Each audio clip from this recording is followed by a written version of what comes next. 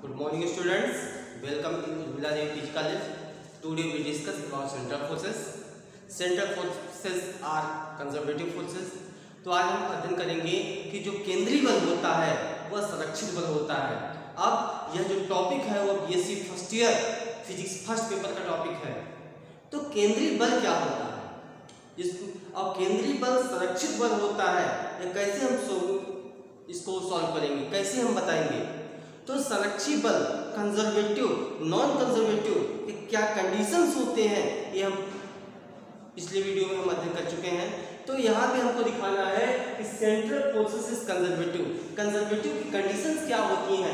Conservative के जैसे कि मान लीजिए कि अगर जैसे दो पॉइंट है ए एंड बी, उसका पाथ है 1 और 2, और जब हम किसी पार्टिकल पर हम फोर्स अप्लाई करते हैं, यदि वह पोजीशन ए एंड बी पर डिपेंड करता है, यदि वो पोजीशन ए एंड बी पर डिपेंड करता है तो वह जो होगा वह कंजर्वेटिव फोर्स होगा, और वह पाथ पर डिपेंड नहीं करता है, वह पाथ पर डिपेंड नहीं करता है, वह केवल पोजीशन पर डिपेंड करता है।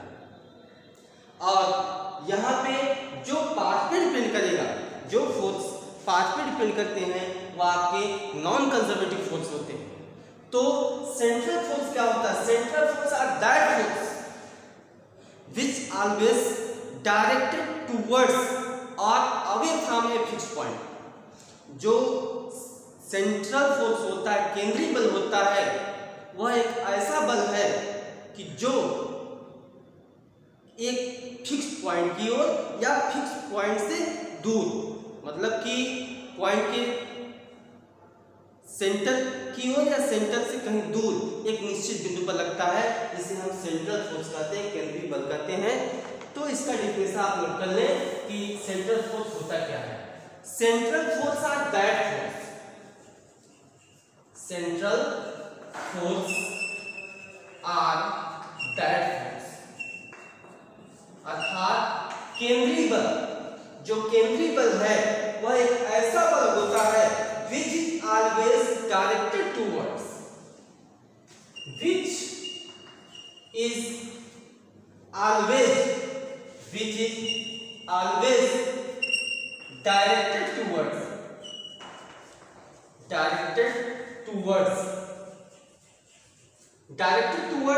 इसका मतलब ये है कि towards मतलब की ओर, और away from a fixed point। इसका मतलब यह है कि फिक्स्ड पॉइंट की ओर या फिक्स्ड पॉइंट से दूर यह बल लगता है। इसका जो मैग्नीट्यूड होता है, and its magnitude depends on,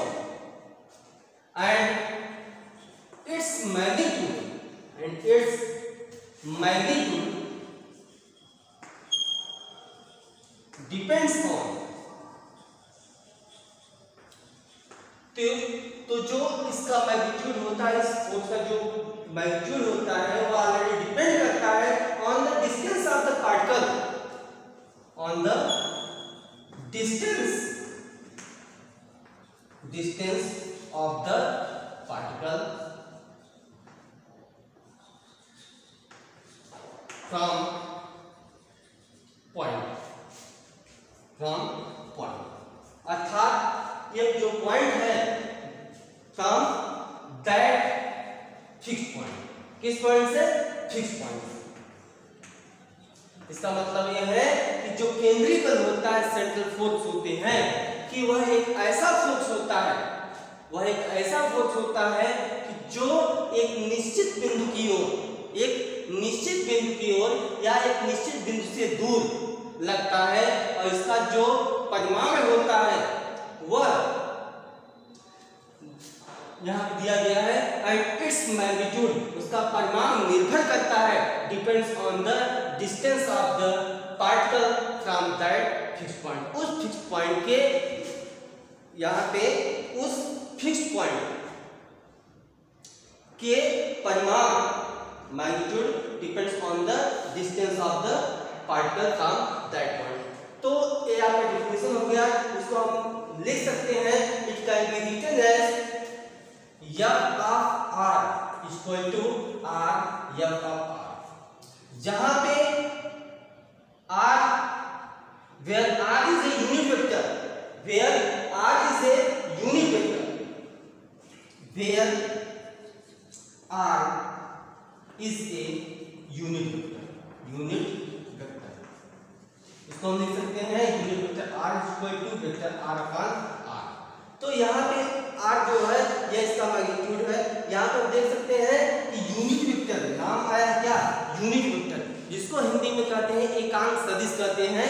एकांक सदिश क्या होता है, यूनिट वेक्टर क्या होता है, ऐसा वेक्टर, ऐसा सदिश जिसका परिमाण, जिसका अर्थात जिसका मैग्नीट्यूड क्या हो, एक हो, ऐसा परिमाण या ऐसा वेक्टर जिसका परिमाण क्या हो, एक हो। यहाँ पे and F of R is the scalar function, यह क्या है, स्केलर फंक्शन, जहां पे एफ ऑफ आर जो है आपका एक स्केलर फंक्शन है और आर जो है आपका यूनिट वेक्टर है। तो central forces result due to interaction between different type of particles and are responsible for their motion। जो सेंट्रल फोर्स होता है वह डिफरेंट टाइप के पार्टिकल इंटरेक्शन होता है रिस्पांसिबल फॉर देयर मोशन। हम मान लेते हैं now if a particle acted upon, कोई पार्टिकल है, कोई पार्टिकल है, मान लेते हैं कोई पार्टिकल है, इसको हम 1 मान लेते हैं, इसको 2 मान लेते हैं, इस पॉइंट को 1 मान लेते हैं, इस पॉइंट को 2 मान लेते हैं। कोई पार्टिकल है, if a particle acted upon by such a central force and it moves from position, ये जो पोजीशन है, पोजीशन 1 से 2 तक कोई पार्टिकल है वो मूव कर रहा है, कहां से, पोजीशन 1 से लेकर के पोजीशन 2 तक। जब पोजीशन 1 से लेकर के पोजीशन 2 तक मूव कर रहा है तब उसका वर्क डन जो देन वर्क डन तो क्या हो जाएगा, work done W equal to कहां से कहां तक, 1 से 2 तक, क्योंकि इसका पोजीशन क्या है, 1 and 2, 1 and 2 है, और F of R into D, F of R into D। तो यहाँ पे हमने इस पोजीशन को 1 और 2 माना है। आप A और B भी मान सकते हैं, C D मान सकते हैं, P Q मान सकते हैं, आप कुछ भी मान सकते हैं, ये आपके ऊपर है।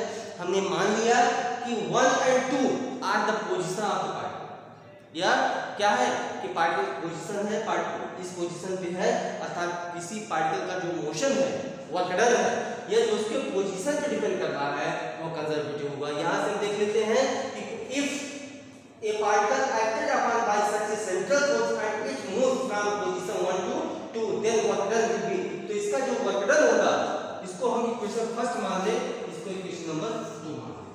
तो इसका जो वर्क डन होगा W equal to 1 to F of R dl, इसको इक्वेशन नंबर 2 मान लिए।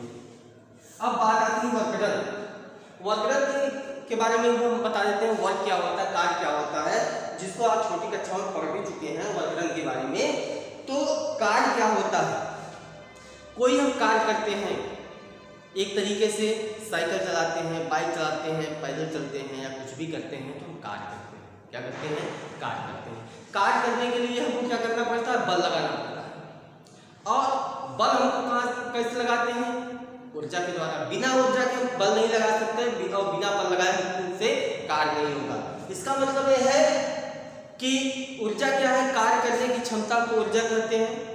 बल क्या होता है, बल वह वाह्य कारक है जो किसी वस्तु की स्थिति को परिवर्तित करता है अथवा परिवर्तित करने का प्रयास करता है। रही बात कार्य की, तो कार्य किसी पिंड पर बल लगाकर, किसी पिंड पर बल लगाकर बल की दिशा में विस्थापित करने की क्रिया को हम कार्य कहते हैं।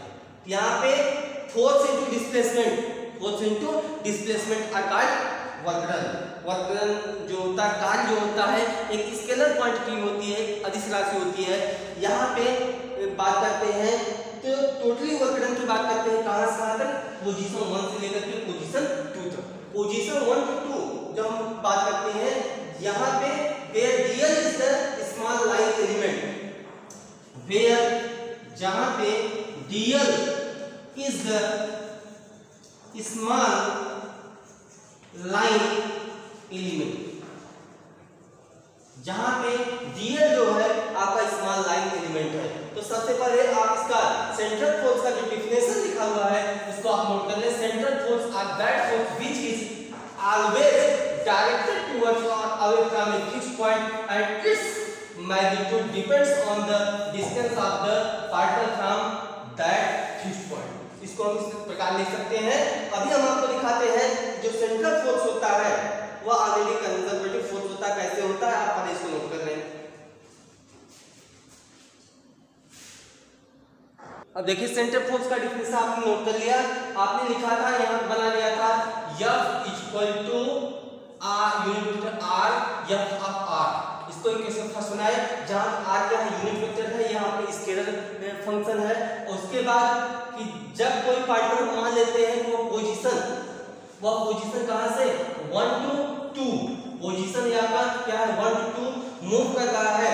जब पोजीशन 1 to 2 मूव कर रहा है तो इस कंडीशन में जो इसका वर्क डन होगा वो होगा W इक्वल टू कहां से 1 से लेकर 2 F ऑफ R या F है F of R into DL।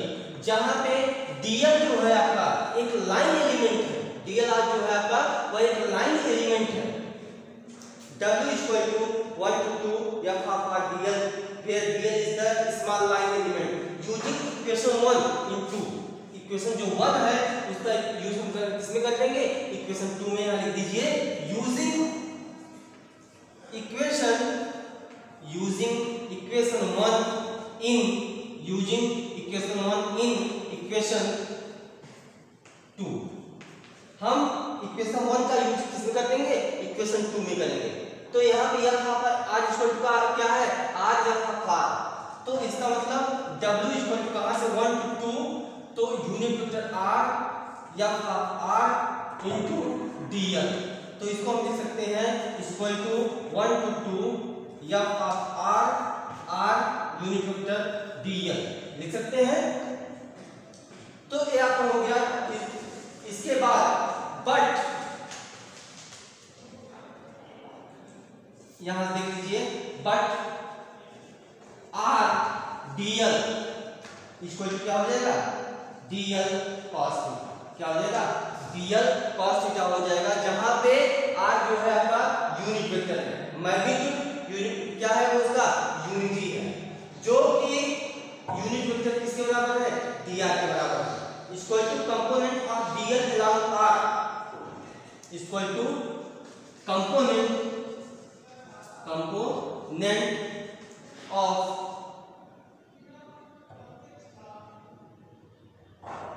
DL is R equal to dr। क्या हो जाएगा dr हो जाएगा। अब यहां से किसके अलावा यहां अलाउ कर दीजिए अलाउ। तो इसका मतलब ये है कि इसके स्थान क्या हो जाएगा dr हो जाएगा W इक्वल टू कहां से 1 to 2 F of R dr। क्या हो गया F ऑफ R dr। कहां से कहां तक 1 to 2। अब यह किसके बराबर है du के बराबर है। इसका मतलब हो गया -1 to 2 du। क्या हो गया 1 to 2 du। एक तरीके से अगर हम देखें अब हम इसको क्या करते हैं अगर चाहे तो चेंज कर दें इसको। अगर हम हमको चेंज करना है तो हो जाएगा माइनस हट जाएगा, लिमिट क्या हो जाएगी चेंज हो जाएगी 2 to 1 हो जाएगा du। इसका मतलब W बराबर अब यहां से हो जाएगा u। पहले क्या करते हैं upper limit minus lower limit. तो यहां से हो जाएगा u1 माइनस u2। क्या हो जाएगा u1 माइनस u2। हम इसको इक्वेशन नंबर 3 मान लेंगे। इसको हम इक्वेशन नंबर 3 मान लेंगे। अब यहां से इक्वेशन केवल इक्वेशन नंबर 3 अगर हम इक्वेशन नंबर 3 को देखते हैं तो इक्वेशन नंबर 3 से ही निष्कर्ष निकल जाता है, क्लियर हो जाता है कि जो वर्क डन होता है किस पे डिपेंड कर रहा है वर्क डन उसके पोजीशन पे डिपेंड कर रहा है। पोजीशन 1 एंड 2 पे डिपेंड कर रहा है। किसी पार्टिकल को फोर्स अप्लाई किया गया, सेंट्रल फोर्स अप्लाई किया गया और वह पोजीशन 1 एंड 2 पे डिपेंड कर रहा है। जब 1 और 2 पे डिपेंड कर रहा है, इसका मतलब यदि किसी बॉडी को फोर्स अप्लाई किया जाए और वह पोजीशन, उसका जो वर्क डन है, नेट वर्क डन है, यदि वो पोजीशन पे डिपेंड कर रहा है तो वो फोर्स जो होगा ऑलरेडी कंजर्वेटिव फोर्स होगा। इसलिए जो सेंट्रल फोर्स है वो सेंट्रल फोर्स ऑलरेडी क्या है, कंजर्वेटिव फोर्स है। इसका मतलब ये है कि this equation reclaims work done depends only the position 1 and 2, वह पोजीशन 1 एंड 2 पे डिपेंड कर रहा है। इसका मतलब ये है नॉट ऑन द पाथ, वो पाथ पे डिपेंड नहीं कर रहा है। इसका मतलब ये है कि सेंट्रल फोर्स आर कंजर्वेटिव। यहाँ पे आप लिख दीजिए कि from equation 3 it is clear that work done depends on position 1 and 2, hence central force are conservative। इसका मतलब यह है कि जब इक्वेशन 3 जो है उसका वर्क डन जो है वो पोजीशन 1 एंड 2 पे डिपेंड कर रहा है, इसका मतलब ये है कि जो सेंट्रल फोर्स है वो ऑलरेडी आपका कंजर्वेटिव फोर्स है। ठीक है, इसको आप नोट कर लें। तो सेंट्रल फोर्स के बारे में हम कुछ इंपॉर्टेंट पॉइंट्स आपको बताते हैं, पहले आप इसको इतना नोट कर लें जो कि मोस्ट इंपॉर्टेंट है। इसका मतलब ये है कि जो सेंट्रल फोर्स है वो ऑलरेडी क्या है, कंजर्वेटिव फोर्स है और डिपेंड किस पे कर रहा है, ओनली ऑन पोजीशन पे डिपेंड कर रहा है। अब यहाँ देखिए कि कुछ इंपॉर्टेंट पॉइंट्स हैं सेंट्रल फोर्सेस के लिए। जैसा कि हमने आपको बताया कि सेंट्रल फोर्सेस जो होता है ऑलरेडी कंजर्वेटिव फोर्स होता है, क्योंकि जो सेंट्रल फोर्स होता है हमेशा पोजीशन पे डिपेंड करता है, पाथ पे डिपेंड नहीं करता है, इसलिए वो कंजर्वेटिव फोर्स है। तो सेंट्रल फोर्स के लिए कुछ इंपॉर्टेंट पॉइंट्स हैं जो हमने 5 पॉइंट्स आप नोट किया है, इसको देख लीजिए कि first central force is attractive if f is less than 0, that is negative. इसका मतलब ये है कि केंद्रीय बल जो होगा वह आकर अट्रैक्टिव होगा। केंद्रीय बल जो है अट्रैक्टिव कब होगा, कि जब फोर्स की वैल्यू क्या होगी, निगेटिव होगी, अर्थात f इज लेस देन 0। इसका मतलब ये है कि सेंट्रल फोर्स केंद्रीय बल अट्रैक्टिव होगा, आकर्षित होगा, यदि f जो है वो 0 से कम है। इसका मतलब f का मान क्या है, सेंट्रल फोर्स का मान क्या है, निगेटिव। और रिपल्सिव कब होगा, कि जब f का मान 0 से अधिक होगा।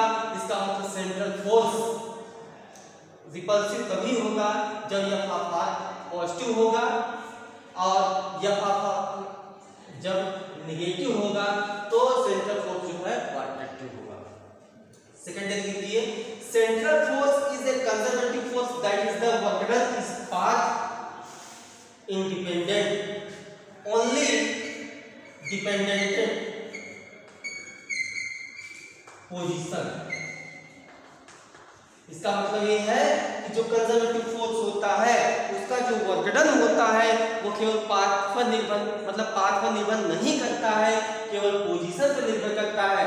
अर्थात ऐसा सेंट्रल फोर्स जिसका वर्क डन पोजीशन पर डिपेंड करता है वह सेंट्रल फोर्स होता है, और जिसका पोजीशन पर डिपेंड नहीं करता है वह कंजर्वेटिव फोर्स नहीं होता है। इस पॉइंट को, सेकंड पॉइंट को अभी हमने सॉल्व कराया, अभी हमने आपको दिखाया कि W = U1 - U2। इसका मतलब यह है कि जो नेट वर्क डन है वो केवल उसके पोजीशन पे डिपेंड कर रहा है। इसका मतलब वो सेंट्रल फोर्स क्या है, ऑलरेडी कंजर्वेटिव फोर्स होता है। थर्ड में आइए, थर्ड क्या कर रहा है, इन ए सेंट्रल फोर्स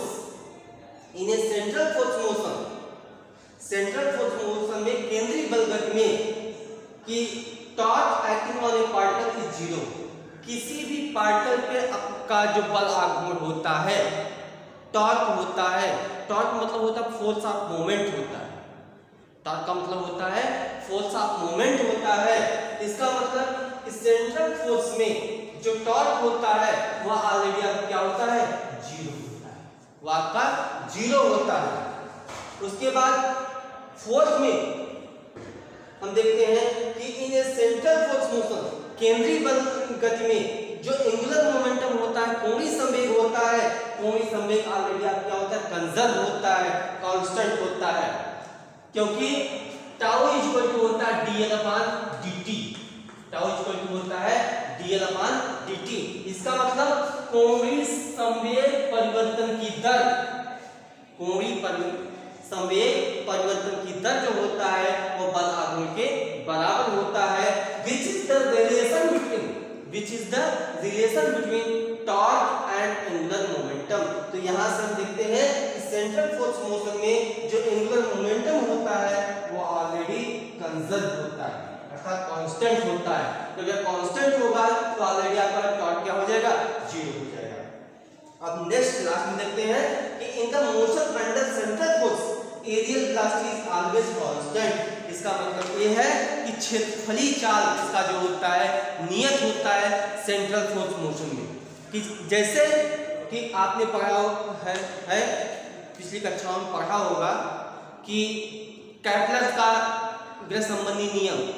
तो इसमें क्या है कि कैपलर का जो सेकंड लॉ है उसमें एंगुलर मोमेंटम जो होता है कंजर्व होता है और उसका एरियल वेलोसिटी अर्थात क्षेत्रफलीय चाल जो होता है नियत होता है।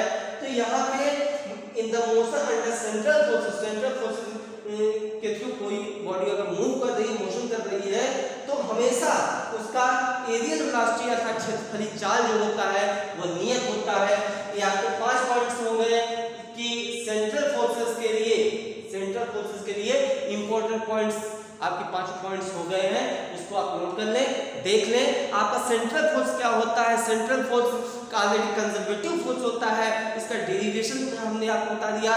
उसके बाद कुछ इंपॉर्टेंट पॉइंट्स हमने आपको बताया। सेंट्रल फोर्स एक ऐसा फोर्स होता है कि जो एक मतलब कि directed towards or away from a fixed point, किसी एक निश्चित बिंदु से की ओर अथवा उससे दूर आरोपित किया जाता है।